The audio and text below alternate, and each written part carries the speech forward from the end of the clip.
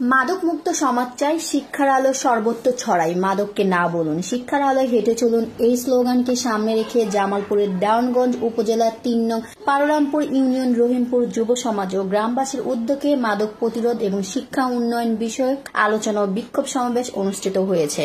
আজ ৩ অক্টোবর বিকেল ৩টার সময় রহিমপুর বাজারে মোহাম্মদ মফিজ উদ্দিন পাটোয়ারির সঞ্চালনায় সভাপতিত্ব করেন মোহাম্মদ ইনসার আলী মিয়াজি।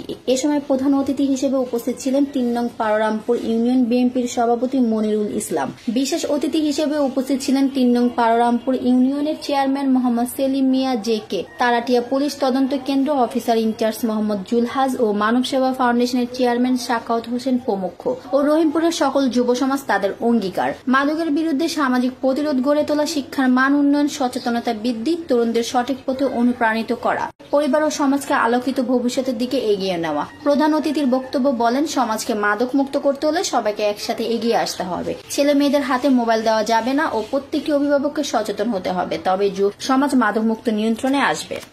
সবাই যে প্রতিজ্ঞা করলাম, সেই প্রতিজ্ঞা থেকে যদি আমরা সবাই একমত হই, তাহলে আজকে থেকে মাদক মুক্ত হবে। আমাদের এখানে প্রশাসন ভাই বা বিভিন্ন নেতা কর্মীরা বক্তব্য দিয়ে গেছেন এবং যুব সমাজেরা যে আপনাদের প্রশ্ন রেখে গেছেন, আমরা কিন্তু মোটামুটি অ্যান্সার পাইছেন না? আপনারা মোটামুটি অ্যান্সার পাইছেন।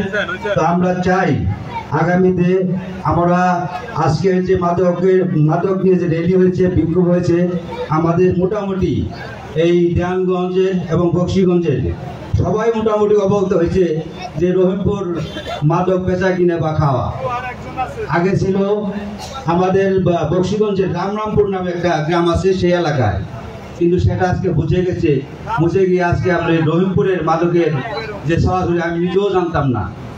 তো আজকে এই জাতির মেরুদণ্ড, এই আপনারা যারা অভিভাবক আছেন তাদের ছেলে মেয়েকে স্কুলে দেবেন, লেখাপড়া করবে, উচ্চ শিক্ষা লাভ করবে, তারা এমবিবিএস ডাক্তার হয়ে আসবে, ইঞ্জিনিয়ার হয়ে আসবে, মাস্টার হবে।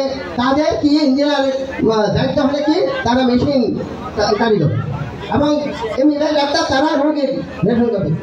আর এখানে যে ভাইরাস ঢুকেছে, যদি এখানে উচ্চ শিক্ষিত থাকে তারা এই সমাজে বসবে না, মাদক দ্রব্যের সমাজে বসবে না, জুয়া খেলা বসবে না, তারা উচ্চ শিক্ষিত। কিন্তু সে উচ্চ শিক্ষিত হওয়া গেলে ভাইরাস আছে এখানে, সে